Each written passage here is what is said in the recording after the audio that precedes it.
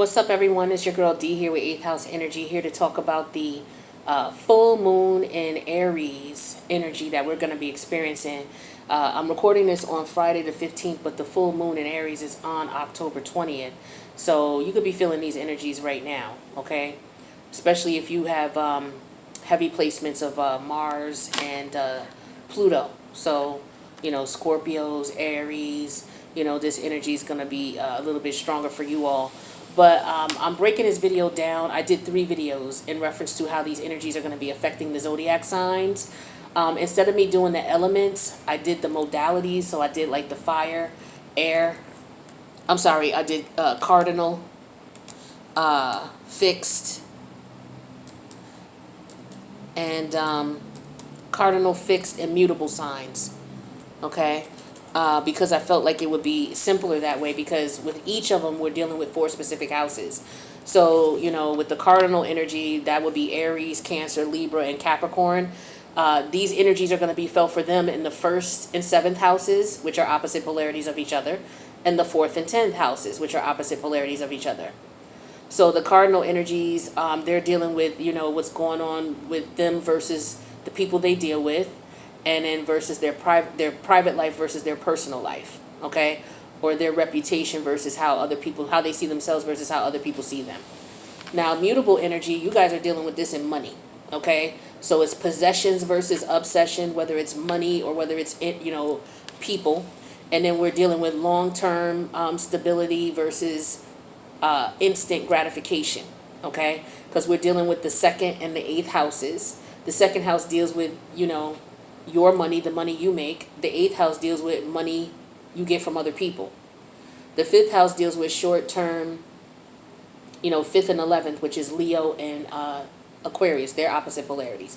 So the Leo house deals with the short, instant gratification, where Aquarius deals with long-term stability, long-term growth.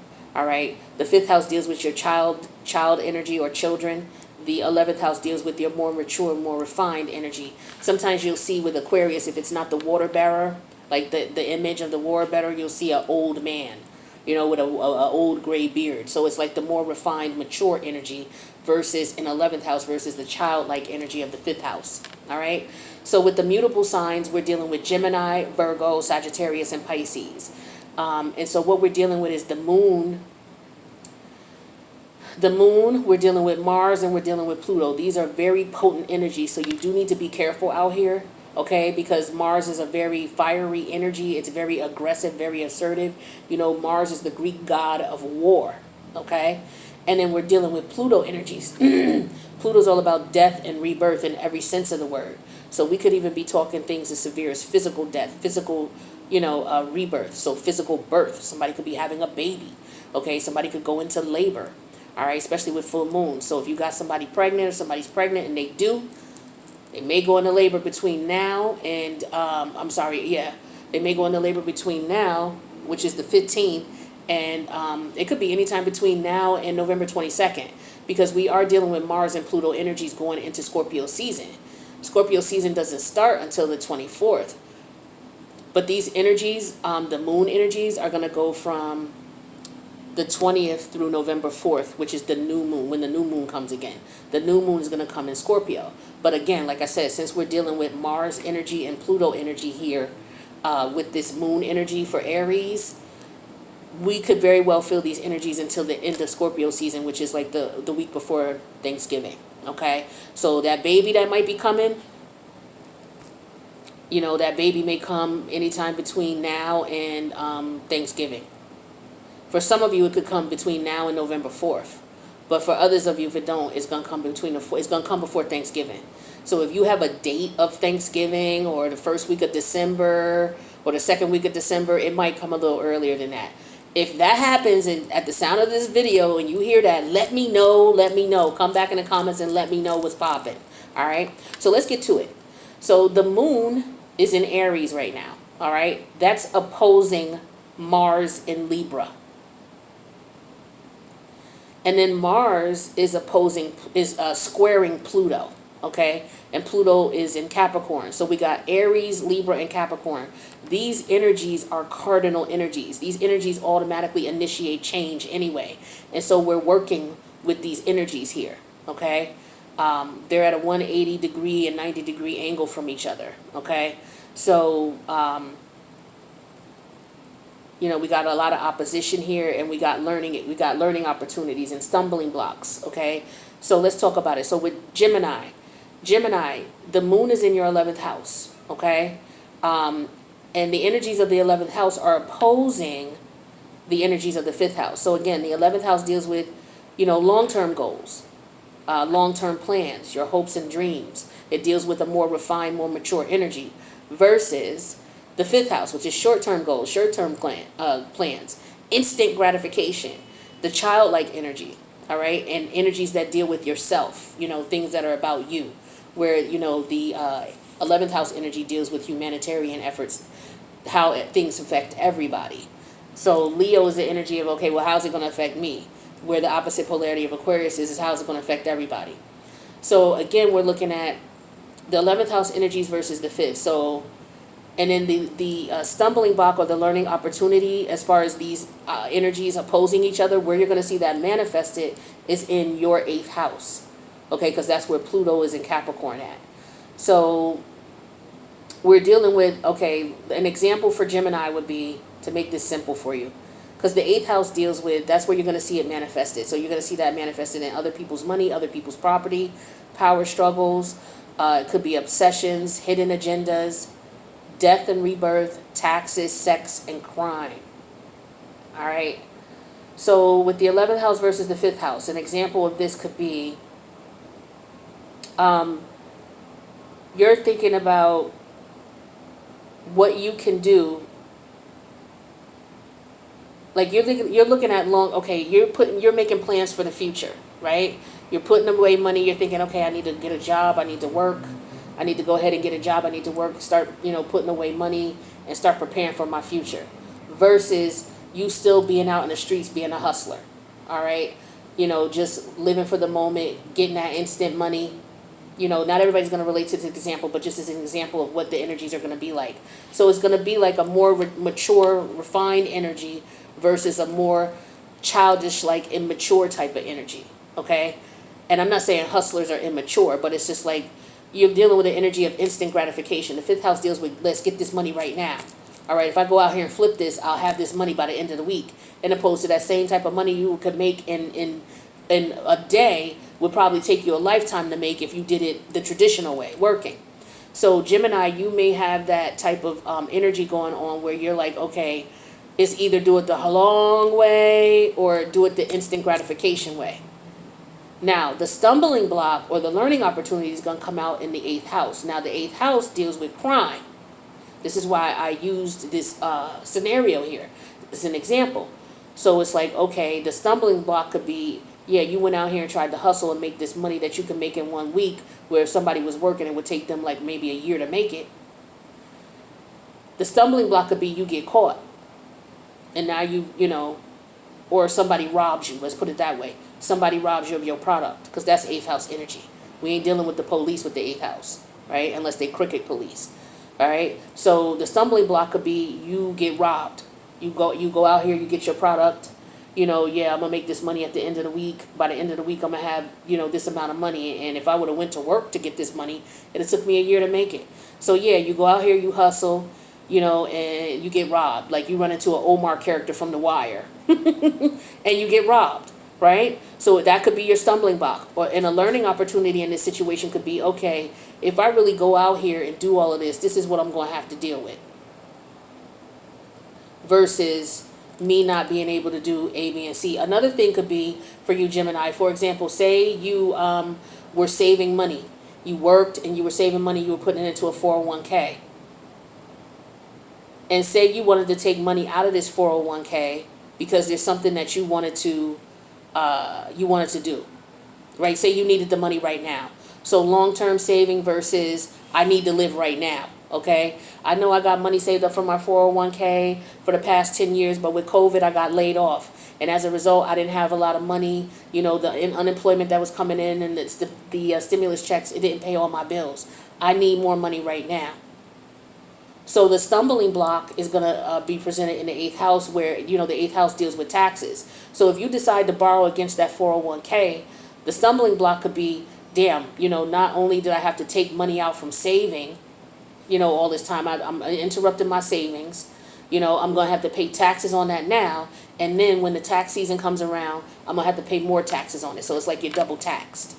So there's a learning opportunity there. It's like, okay, I know what's going to happen if I do this. What should I do? So those are two examples of what Gemini might be dealing with these energies, okay? But just apply it to in your situation. So look for energies in your 11th house versus your 5th house, okay? Which is Mars versus Libra. Aries versus Libra, all right? So for Virgo, moving on to Virgo. Virgo, this is affecting you with your 8th house, your 2nd house, and your 5th house. So it's your 8th house versus your 2nd house. And then the stumbling blocks are the learning opportunities. As the result of these two opposing each other, it's going to show up in your 5th house. Okay? So, for example, Virgo,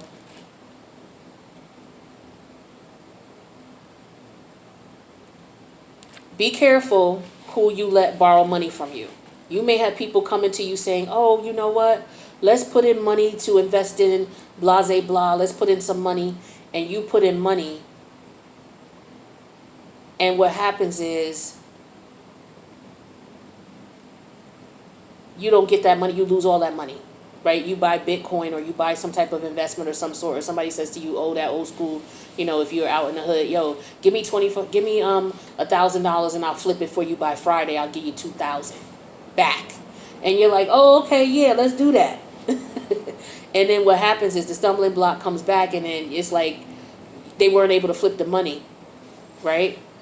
And the learning opportunity was, why didn't you ask questions about it? Why didn't you figure out, ask this person what they was doing, how they was going to flip it, so that you knew what the risks were or the expectations were. This person could have had a hidden agenda too with the 8th house energy. So, they could be coming to you asking you for money for one thing, telling you that it's for one thing, but in reality it's for something else. So you got to be careful, Virgo, of the people around you. They could be coming to you trying to take money from you, or trying to get money from you, telling you it's for one thing, but in reality it's for another. But they could be coming to you trying to borrow money from you, right? Telling you, I'm going to pay you back Friday. And then when Friday come around, you don't get that money back. You calling this person, they not answering, they not responding to you, and you lost out. So the stumbling block is you thought you were going to get this money back right away, and you didn't. The learning opportunity is, I'm not letting your ass borrow no more money. You better not ever come back around again. You know what I'm saying? So that could be what you could be experiencing. And on the flip side of it, there could be a Virgo who's out here targeting people doing that, trying to get money from people, taking advantage of people, saying, oh, they have hidden agendas, because the 8th house deals with hidden agendas. So we're dealing with the 8th house versus the 2nd house. So the 8th house is the hidden agendas versus the 2nd house of, you can see what it is that they're doing. You can see the value in it. You can see the worth in it. And the stumbling block would be, you see that they were doing something that was just only short term, that wasn't going to last. And the learning opportunity is, I should have never invested that time or energy. So be careful, both sides of Virgo, And then we got Sagittarius. Sagittarius, you're dealing with these energies in your 5th house versus your 11th house. So remember, the 5th house is a short term, instant gratification, versus the 11th house, which is long term goals, long-term success. The stumbling blocks or the learning opportunity in reference to these energies competing with each other is going to be manifested in your 2nd house. Your self-esteem, your self-value, your worth, or your possessions, right? So with the Sagittarius energy, this could be you going out and saying, you know what? I got a couple dollars. Instead of me putting this up to pay my mortgage, I'm going to take this money and I'm going to go to the casino. And I'm going to gamble it, and I'm going to see what I could get from it, right? So you go to the casino, you're like, yo, I should have, you either have the option to put this money up or invest it in something that's going to give you long-term dividend growth, or you go to the casino and blow it. So you decide what you're going to do. So the stumbling block in this situation is going to be manifested in your 2nd house. It's going to be your self-esteem, your self-worth. You're going to feel like shit when you lose that money at the casino. Right? Because that's money that you could have put away for anything. All right, it could have helped you in the future. It could be money that helped you next week, but yet you maybe you thought the opportunity would be good and you could try to double it or flip it. It's like the opposite of Gemini. You know what I'm saying? So you got to be careful with that energy of, okay, taking that risk, because Sagittarius is all about risk. You guys rule taking risk and taking chances. Because that's what Jupiter's all about. It's all about expansion, growth, taking chances. And Jupiter's gonna be going direct in Aquarius, which is interesting, because Sagittarius, you're dealing with the Aquarius house, okay, the 11th house. So Jupiter's going direct on the 17th. So some of you, you may get lucky, but some of you may not. It's a gamble, literally, for you. So you have to be careful with any extra money that you come into. You might hit the lotto, and then instead of you saving it, you go out and buy, a nice car. Right? Something that depreciates in value instead of something that appreciates in value. Right? So if you got a large sum of money and you say, okay, I hit the lotto, and you go out and you buy a house, but yet you want to split your payments up and make monthly payments as opposed to paying for that house up front. You have the money to pay for it up front. It would be more advantageous to you to pay for it up front, because you're not paying any loans, you're not paying any fees, any additional money, and you're not borrowing any money from them. You're not paying anybody to borrow money. So you buy the house up front, you get the full value of the house, you can do whatever you want with the house, and that's it. It's paid for. And opposed to you saying, yeah, I got all this money, but I want to buy this, I want to buy that, so what I'm going to do is I'm just going to make payments on the house. And then I'm able to buy me a car too. So you're doing double depletion. You know what I'm saying? The house, may appreciate in value, but because the house is not paid off yet, you truly don't own it. And then you went out here and bought a car, which automatically depletes value as soon as it leaves the lot. So we're dealing with value here, value and possessions in the second house. So, Sagittarius, you got to be careful how you spend your money. Make sure you're spending your money on large ticket items. If you're spending your money on large ticket items, if you can, spend it on things that are going to accrue, over time, appreciate over time, and opposed to, a nice brand new expensive car where you can just buy a used car. It's already depreciating anyway. Just buy a used car and pay for it up front, and opposed to buying a new car and paying monthly payments on it. So those are some of the things that those are where the learning opportunities are going to come in for you, Sag. All right. So those are just examples of what you may experience. And then finally, Pisces. Pisces, we're dealing with the second house versus the 8th house. The learning opportunities or the stumbling blocks are going to be manifested in your 11th house. Okay. So when we're dealing with the second house, this is, your self-esteem, your self-value versus how other people see you. Okay. And so, for example, you could have, say you were Pisces, say you're married to someone and you guys separated. This person didn't treat you right. They didn't value you. They didn't appreciate it. They didn't appreciate you. It could have been that they just married you for money, right? You found this out. You realized this through the relationship, and then you decided to separate from this person. So you guys could be going through divorce right now, right? Or you could be separating, and you could be on the verge of moving on, right? And this person is like, nah, you're not going nowhere. So they want to come back telling you they want to work things out. They want to make things better, but they don't, right? They really don't. What they just want to do is they want to possess you and hold on to you. Because we're dealing with the second and the 8th house. The second house deals with possessions. The 8th house deals with obsessions. So we are dealing with sometimes people who feel like, they own you. So you could be dealing with these energies too, okay? So just be careful. And then on the flip side, it could be a Pisces who's like, yo, I'm not dealing with a divorce or separation. No. So what I'm going to do is I'm going to try to get back in with you. I might try to get you pregnant or do whatever I can do to keep you around, but I need your money, or I need your time and energy and resources so that I can benefit from it. So this is why you got to be very careful taking people back, especially during this particular time frame with Mars and Mercury retrograde in the house of Libra, okay?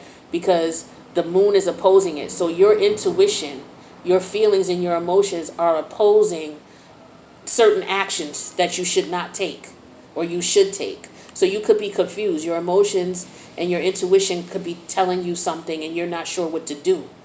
And as a result of what you do, it's going to manifest for you, Pisces, in your 11th house. which is your long-term goals, your long-term success, your long-term plans. So that person could be coming back to you telling you, well, look, baby, let's work it out.